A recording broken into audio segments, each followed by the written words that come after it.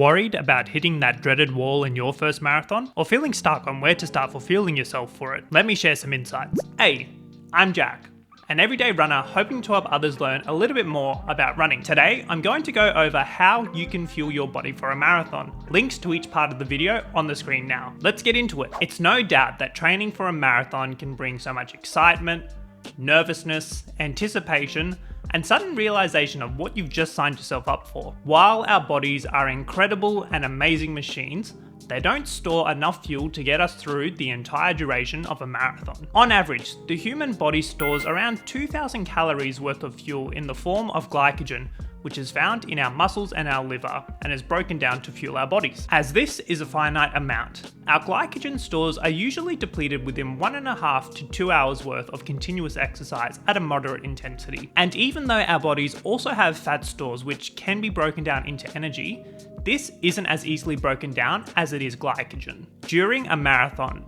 on average, a person can burn between 2,600 to 3,500 calories, but it's also important to remember that this can be affected by a range of different factors, including your height, your weight, your metabolism, and even your fitness level. So it's going to be different for everyone here. But as we can see here, the amount of glycogen we store in our bodies and how much we burn during a marathon, there's a difference, and we have to fuel ourselves usually with easily digestible carbohydrates. And it's often why you hear many people say the marathon only really starts at 30 kilometers when you're relying on the carbohydrates you've taken in over the initial parts of a marathon to get you through to those final 12 kilometers. Because at this point too, you're likely out of glycogen in your body. But not only do we need to fuel ourselves with carbohydrates to get us through, we also need to factor in hydration and electrolyte replenishment. On average, a person can lose anywhere between 500 to 2,000 milligrams of sodium during a marathon.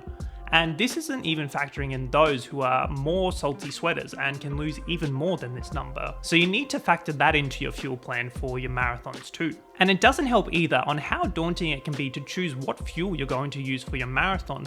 Whether that's energy gels, energy chews, salt tablets, electrolyte drink mixes, or using what's out on the course there.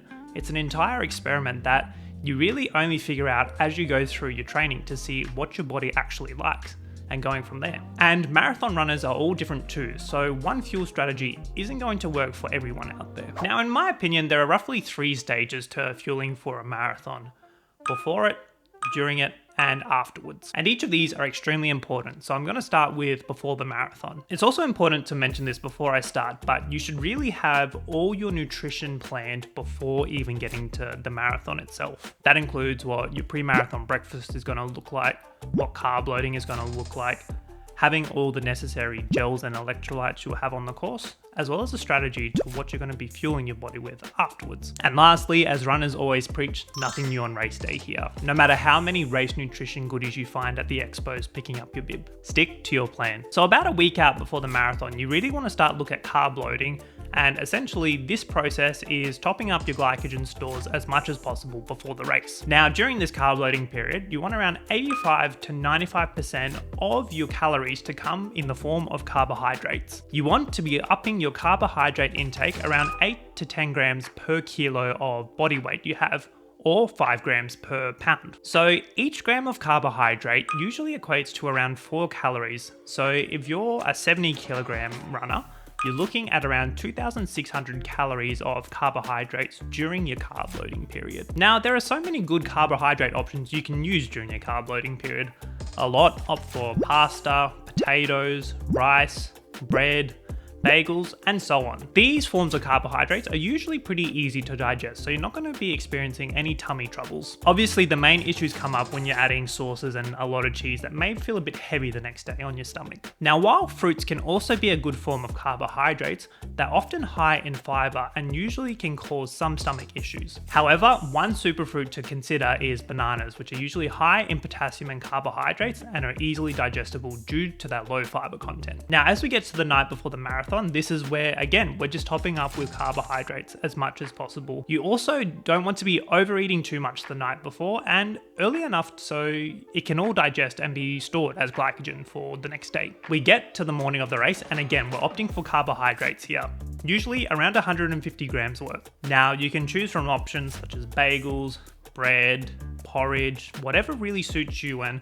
whatever has worked in the lead up to you getting to the marathon. I can't stress it enough, the importance of experimenting in your training too, to work out what the best breakfast is going to be for your marathon race day. For example, my marathon race day breakfast included 2 pieces of bread with honey on it and a banana, but also had to factor in being at the starting village for a good few hours, so packed an extra banana, an electrolyte drink, and also took a gel just before getting to the starting line. So if you're attending an event where you will be at a starting village for a while, would highly recommend factoring in some extra carbs to take while you're there. Now, as you get started on the way into your race, you need to be fueling yourself with carbohydrates in the early stages, usually every 30 to 45 minutes. You want to be consuming around 30 to 60 grams of carbohydrates per hour. Now, as I was reading online, if you're going to be out there for longer than 3 hours, it suggests upping your carbohydrate intake between 60 to 80 grams for every hour after that initial 3-hour period. Similar to your pre-race nutrition, it's also so vital to know what exactly you're going to be taking for your marathon too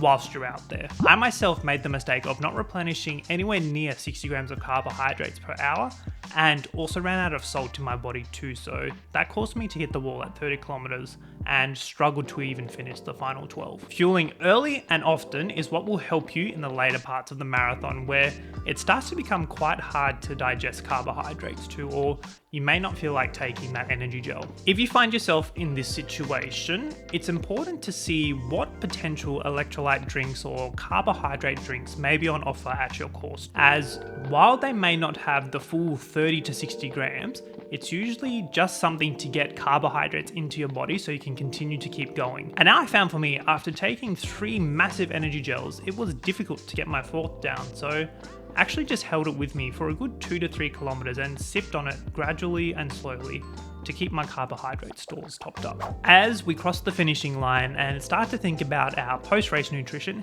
you may not suddenly feel like eating or drinking anything after a race. Now, while this probably won't be at the top of your mind after crossing the line, it's so important for muscle recovery, glycogen replenishment, replacing all the electrolytes that were lost, and even rehydration, because you're likely to be a little dehydrated afterwards. It's a good idea to have an easily digestible source of protein and carbohydrates, usually a protein drink, to have after your marathon. Don't stress about trying to chug it all after your marathon. Small sips over the next couple of hours after you finish will help so much with your recovery. Don't forget about the water and electrolyte replenishment too. Even just small sips of a sports drink over the next few hours after a marathon can be so helpful. It's also important to remember your body's immune system is going to be fairly weak after a marathon too, as it's almost been sent into shock and wants to recover as soon as possible. So helping yourself with the post-marathon nutrition is vital to aiding your recovery. Your post-marathon dinner may not be massive, but again, you want to rely on fueling it with some protein, carbohydrates, and nutrient-dense foods that have those good minerals to aid with recovery. Some good foods can include whole grain bread or crackers, pasta, rice, potatoes, fruits like bananas, oranges, or berries, energy bars or gels, dark leafy greens, berries, nuts and seeds, fatty fish that are rich in omega-3 fatty acids, so salmon or mackerel, and even turmeric or ginger tea if that's something up your alley. So there we have it, a little insight into how you can fuel your body for your marathon. I know personally, I'm still trying to work this out for my second marathon and haven't quite landed on a perfect recipe just yet too. However, I'll keep you mob up to date as I continue on and get closer to running my second marathon in April. Let me know what you thought of today's video in the comments below, and share a bit about how you're planning your nutrition for your marathons that you're training for. I'd love to hear what kind of nutrition works for you, and hey, I might even steal it as well and give it a go. If you're keen to watch some more of my content, I'll leave a couple of videos up here for you. I'm Jack, and I'll see you next time. Catch ya.